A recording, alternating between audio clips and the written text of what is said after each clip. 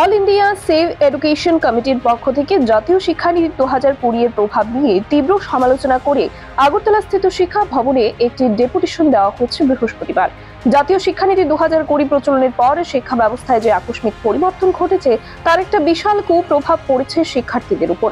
উপরন্তু এই শিক্ষানীতির অন্তর্ভুক্ত উচ্চশিক্ষার সময়সীমা 3 বছর থেকে বাড়িয়ে 4 বছর করা ও সেই অনুযায়ী সেমিস্টারের সিলেবাস তৈরি না করায় দেখা দিচ্ছে নানা সমস্যা। এছাড়া বিদ্যাজ্যোতি প্রকল্পের আওতাধীন বিদ্যালয়গুলিতে ফির পরিমাণ বৃদ্ধি সংক্রান্ত সমস্যাও দেখা যাচ্ছে। পাশাপাশি রয়েছে স্কুল, কলেজ ও ইউনিভার্সিটিগুলিতে শিক্ষক সমস্যা। এই সমস্ত অভিযোগ নিয়েই এদিন এআইএসইসি এর পক্ষ থেকে শিক্ষা ভবনে এক বিক্ষোভ কর্মসূচির মধ্যে দিয়ে ডেপুটেশন জমা দিয়ে জাতীয় শিক্ষানীতি 2020 প্রত্যাহারের দাবি জানিয়েছেন তারা।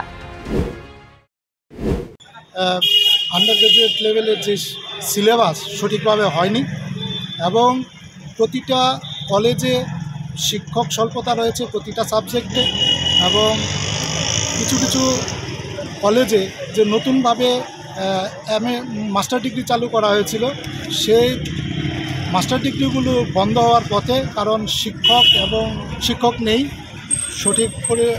এছাড়া এই যে বিদ্যাজ্যোতি প্রকল্প ত্রিপুরা রাজ্যে চালু হয়েছে তাতে সেখানেও দেখা গেছে স্কুলগুলিতে সঠিক সংখ্যক শিক্ষক নেই, প্রয়োজনীয় শিক্ষক নেই, এবং প্রচণ্ড হারে স্কুল, কলেজ, সর্বক্ষেত্রে বিশ্ববিদ্যালয় পর্যন্ত ফি বৃদ্ধি চলছে।